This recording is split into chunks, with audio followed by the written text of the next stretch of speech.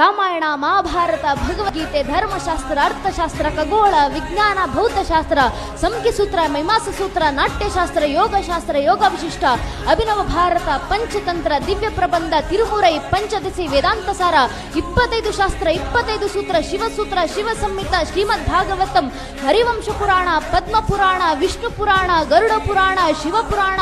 ದೇವಿ ಭಾಗವತಂ, ದೇವಿ ಮಹಾತ್ಮ, ದೇವಿ ಸಪ್ತಶತಿ ಅಂತ 16 ಗ್ರಂಥಗಳನ್ನ, ಶ್ರೀಮದ್ ಭಾಗವತಂನಂತ 18 ಪುರಾಣಗಳನ್ನ ಜಗತ್ತಿಗೆ ನೀಡಿ 14 ವಿದ್ಯೆಗಳನ್ನ, 64 ಕಲೆಗಳನ್ನ ಜಗತ್ತಿಗೆ ಧಾರೆ ಎರೆದು ಇಡೀ ಜಗತ್ತು ಅಜ್ಞಾನದ ಅಂಧಕಾರದಲ್ಲಿ ಮುಳುಗೋಗ್ತಾ ಇರುವಂತ ಸಂದರ್ಭದಲ್ಲೂ ಜಗತ್ತಿನ ಮುಂದೆ ಜ್ಞಾನ ಭಾಸ್ಕರನಂತೆ ನಿಂತು ತನ್ನ ಜ್ಞಾನದ ಉಷಕಿರಣಗಳಿಂದ ಜಗತ್ತನ್ನ ಪ್ರಜ್ವಲಿಸ್ತಾ ಇರುವಂತ ಏಕೈಕ ಸಂಸ್ಕೃತಿ ಜಗತ್ತಿನಲ್ಲಿದ್ರೆ ಅದು ನಮ್ಮ ಭಾರತೀಯ ಸಂಸ್ಕೃತಿ. ಈ ಭಾರತೀಯ ಸಂಸ್ಕೃತಿಗಿರುವಂತ ಘನತೆ ಅಂತದ್ದು. ರಾಮಾಯಣ, ಮಹಾಭಾರತ, ಭಗವದ್ಗೀತೆ, ಧರ್ಮಶಾಸ್ತ್ರ, ಅರ್ಥಶಾಸ್ತ್ರ, ಖಗೋಳ, ವಿಜ್ಞಾನ, ಭೌತಶಾಸ್ತ್ರ, ಸಂಖ್ಯಸೂತ್ರ, ಮೀಮಾಂಸಾಸೂತ್ರ, ನಾಟ್ಯಶಾಸ್ತ್ರ, ಯೋಗಶಾಸ್ತ್ರ, ಯೋಗವಿಶಿಷ್ಟ, ಅಭಿನವ ಭಾರತ, ಪಂಚತಂತ್ರ, ದಿವ್ಯ ಪ್ರಬಂಧ, ತಿರುಮುರೈ, ಪಂಚದಶಿ, ವೇದಾಂತಸಾರ, 25 ಶಾಸ್ತ್ರ, 25 ಸೂತ್ರ, ಶಿವಸೂತ್ರ, ಶಿವಸಂಹಿತ, ಶ್ರೀಮದ್ ಭಾಗವತಂ, ಹರಿವಂಶ ಪುರಾಣ, ಪದ್ಮ ಪುರಾಣ, ವಿಷ್ಣು ಪುರಾಣ, ಗರುಡ ಪುರಾಣ, ಶಿವಪುರಾಣ, ದೇವಿ ಭಾಗವತಂ, ದೇವಿ ಮಹಾತ್ಮ, ದೇವಿ ಸಪ್ತಶತಿ ಅಂತ 16 ಗ್ರಂಥಗಳನ್ನ, ಶ್ರೀಮದ್